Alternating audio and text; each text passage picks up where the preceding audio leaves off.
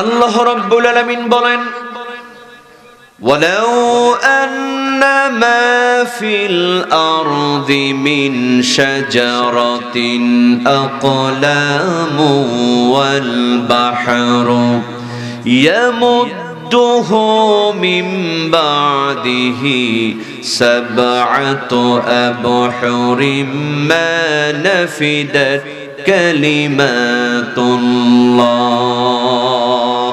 চিৎকার দিয়ে বলেন আল্লাহু আকবার। আল্লাহ রাব্বুল আলামিন বলেন, বান্দারে, এই পৃথিবীর মধ্যে যতগুলো বৃক্ষ রয়েছে সমস্ত বৃক্ষগুলোর যদি কলম বানানো হয়, আর যতগুলা পানি রয়েছে আটলান্টিক মহাসাগর থেকে শুরু করে খালবিল হাওর বাওর নদী নালার মধ্যে যতগুলা পানি রয়েছে সমস্ত পানিগুলার যদি কালি বানানো হয়, আর আল্লাহর প্রশংসা লিখতে যদি শুরু করা হয়, লিখতে লিখতে সমস্ত পৃথিবীর বৃক্ষ নামক কলমগুলো ক্ষয় হয়ে যাবে, সমস্ত পৃথিবীর পানি নামক কালিগুলো ফুরায় যাবে, কিন্তু আল্লাহর প্রশংসা লিখে কোনোদিন শেষ করা যাবে না। আল্লাহ বললেন, বান্দা, প্রশংসা করবা কেন, গোলামি করবা কেন? তুমি প্রকাশ্য এবং গোপনে যা কিছু করো আমি আল্লাহর সিসি ক্যামেরায় সব রেকর্ড হয়ে যায়। আল্লাহর দিয়া সিসি ক্যামেরা আছে না নাই? আল্লাহ বলছেন, কিরামান কাতিবিন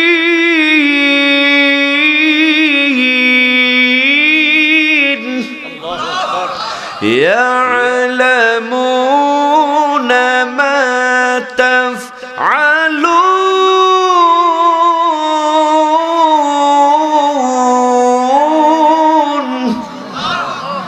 দুই কান্দে দুই ফেরেশতা আছে না নাই? আছে না আমার মুক্তার, আছে না আমার ব্যারিস্টার, আছে না আমার মুক্তার, আছে না আমার ব্যারিস্টার, শেষ বিচারের হাইকোর্টেতে তিনি আমায় করবেন পার। আমরা পাপী, আল্লাহ জামিনদার, আমরা পাপী, আল্লাহ জামিনদার। কথা কোন ঠিক কিনা?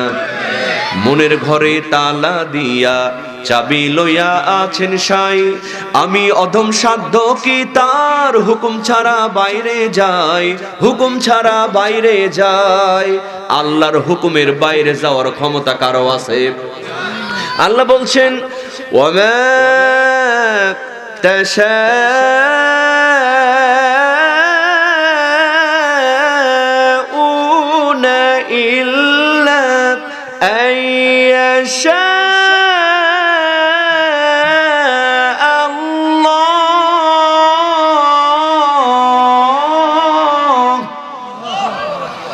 আল্লাহর হুকুমের বাইরে যাওয়ার ক্ষমতা কারো আছে?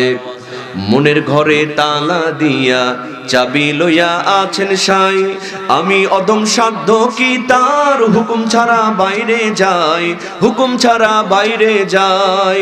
মনোরে হে ওহো মনোরে,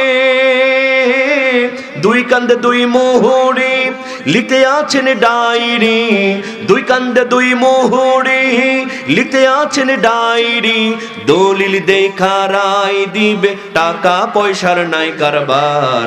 আমরা পাপী, আল্লাহ জামিনদার, আমরা পাপী, আল্লাহ জামিনদার। চিৎকার দিয়ে বলেন মারহাবা।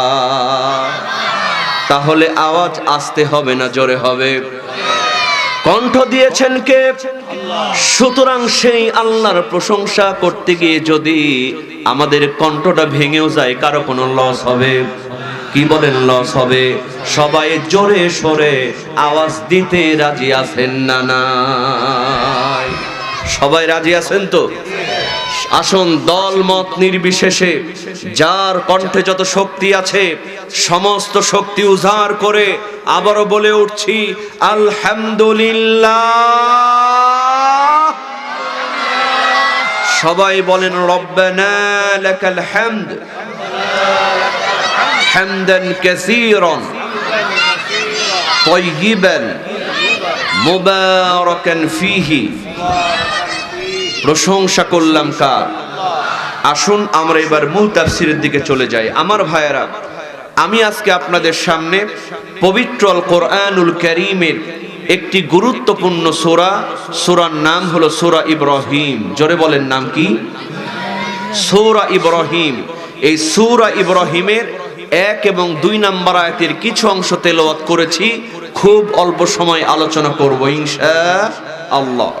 সম্মানিত ভাইয়েরা, আল্লাহ রাব্বুল আলামিন সূরা ইব্রাহিমের শুরুতেই সুন্দর করে জানায় দিলেন, আলিফ লাম রা। চিৎকার দিয়ে বলেন আল্লাহু আকবার। তাফসীর কারকগণ বলেন, এই আলিফ লাম রা এটা হলো হরফে মুকাত্তাত, তার মানে হলো আল্লাহু আ'লামু বিমুরাদি, যার অর্থ দুনিয়ার কোন মুহাদ্দিস বলতে পারে না, যার অর্থ দুনিয়ার কোন মুফাসসির বলতে পারে না, যার অর্থ দুনিয়ার কোন আলেম উলামা জানে না, যার অর্থ জানেন, জোরে বলেন তিনি কে? আল্লাহ রাব্বুল আলামিন এই হরফে মুকাত্তাত দ্বারা শুরু করার পর সুন্দর করে জানায় দিলেন, কিতাবুন আনজালনাহু ইলাইকা লিতুখরিজান নাস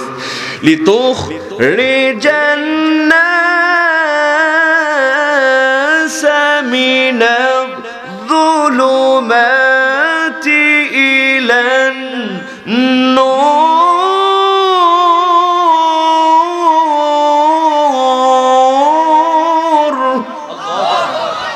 আল্লাহ রাব্বুল আলামিন পবিত্র আল কোরআনুল কারীমের মধ্যে বলছেন, কিতাবুন আনজালনা, বান্দারে আমি কোরআনটাকে নাজিল করলাম, লিতুখরিজান নাস মিনাদ যুলুমাতি ইলান নূর, মানুষদেরকে অন্ধকার পথ থেকে আলোর পথ দেখানোর জন্য, সমাজ থেকে চুরি ডাকাতি জেনা ব্যভিচার বন্ধ করার জন্য আমি আল্লাহ রাব্বুল আলামিন কোরআনটা নাজিল করে দিলাম। আমার ভাইয়েরা, ও কুমিল্লার ভাইয়েরা, এখন আপনাদের কাছে আমার প্রশ্ন হলো, বলেন তো এরকম পবিত্র আল কোরআনুল কারীম আমাদের সবার বাড়িতে অন্তত একটা করে আছে না নাই? মসজিদের মধ্যে কোরআনুল কারীম আছে না নাই? বাংলাদেশে শত শত মাদ্রাসা, এই মাদ্রাসাগুলির মধ্যে লক্ষ লক্ষ কোরআনুল কারীম আছে না নাই? আমার ভাইয়েরা বলেন তো, লক্ষ লক্ষ কোরআন থাকার পরেও এই বাংলাদেশ থেকে কি চুরি বন্ধ হয়েছে, জেনা বন্ধ হয়েছে, অন্যায় অপকর্ম বন্ধ হয়েছে? তাহলে আল্লাহ রাব্বুল আলামিন বললেন, কোরআন নাজিল করলাম সমাজ থেকে চুরি বন্ধ করার জন্য, জেনা বন্ধ করার জন্য, দুর্নীতি বন্ধ করার জন্য। সবার ঘরে ঘরে কোরআন, কিন্তু চুরি বন্ধ হয় নাই। তাহলে আল্লাহ পাক কি মিথ্যা কথা বললেন?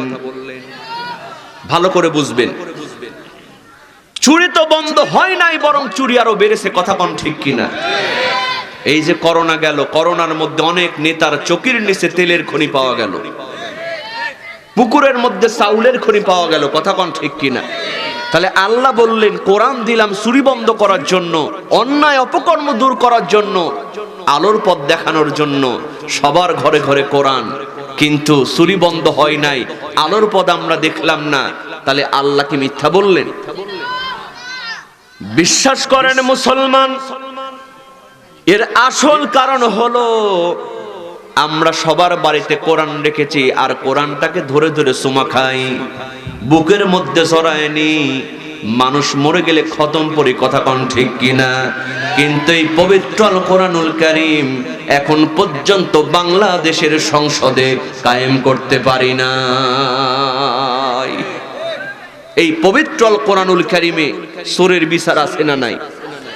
আল্লাহ রাব্বুল আলামিন বলেন, ওয়াস-সারিকু ওয়াস-সারিকাতু ফাকতাউ আইদিয়াহুমা, চোর এবং চুন্নি যদি চুরি করে তাদের হাত তোমরা কেটে দাও, জোরে কোন আইনটা কার?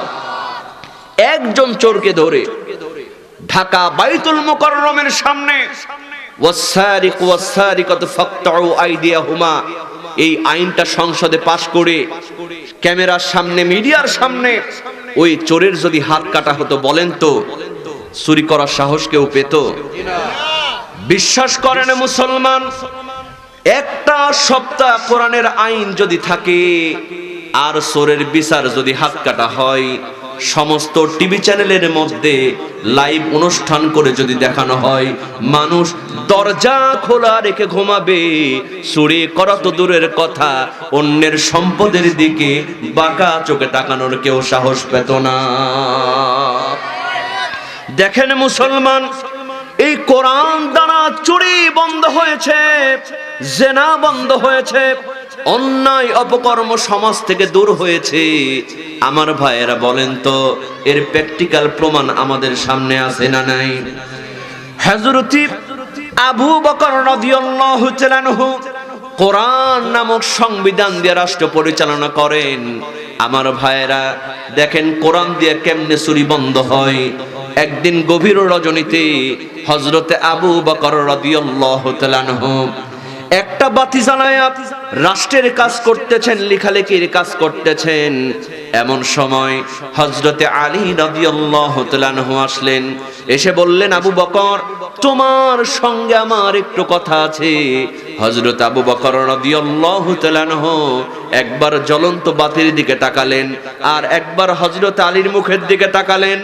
এরপরে বললেন, আলী যেই কথা তুমি বলতে চাও ওই কথা তোমার ব্যক্তিগত কথা না রাষ্ট্রীয় কথা? হযরত আলী বললেন, আবু বকর এই কথা একান্তই আমার ব্যক্তিগত কথা। যেমন বলেছেন ব্যক্তিগত কথা, হযরতে আবু বকর রাদিয়াল্লাহু তাআলা আনহু একটা ফু দিয়া সঙ্গে সঙ্গে বাতিটা নিভায়া দিলেন। হযরতে আলী মন খারাপ করলেন, আমি কথা বলতে আসলাম আর আবু বকর তুমি বাতিটা নিভায়া দিলা। ও মুসলমান, গভীর মনোযোগ দেখেন, কোরআন যদি সংসদে পাশ হয়ে যায় কেমন করে চুরি বন্ধ হয়। হযরত আবু বকর রাদিয়াল্লাহু তাআলা আনহু বললেন, আলী তোমাকে কষ্ট দেওয়ার জন্য বাতি নিভায়া দেই নাই। ওগো আলী তোমাকে অপমান করার জন্য বাতি নিভায়া দেই নাই। আলী রে, ওই বাতির মধ্যে যে তেলটা কেনা আছে ওই তেলটা হলো রাষ্ট্রের টাকা দিয়া কেনা, জনগণের টাকা দিয়া কেনা। রাষ্ট্রের টাকার তেল দিয়া আমি বাতি জ্বালায় রাষ্ট্রের কাজ করতেছিলাম। ওগো আলী, এই জনগণের টাকার তেল দিয়া তোমার সঙ্গে ব্যক্তিগত আলোচনা যদি করি, কাল কিয়ামতের ময়দানে আমাকে আল্লাহর কাঠগড়ায় চোরের কাতারে দাঁড়াতে হবে। জোরে জোরে কন্যা বাবা সুবহানাল্লাহ। আজও যদি বাংলাদেশের সকল এমপি মন্ত্রী, সকল চেয়ারম্যান মেম্বার জনগণের সম্পত্তিকে আমানত মনে করতো আর কোরআনটা সংসদের মধ্যে পাশ থাকতো, বিশ্বাস করেন মুসলমান, এমপি হওয়ার জন্য নমিনেশন টাকা দিয়া কিনা লাগতো না, উল্টা সরকার নিজে টাকা দিয়া আপনার বাড়িতে নমিনেশন পৌঁছে দিত। ঠিক কিনা বলেন? আহা, আজকে সব নেতাগুলি জানে এই কোরআনের আইন যদি পাশ হয়ে যায় এক সপ্তাহের মধ্যে সব দুর্নীতি বন্ধ হয়ে যাবে। কথা কোন ঠিক কিনা?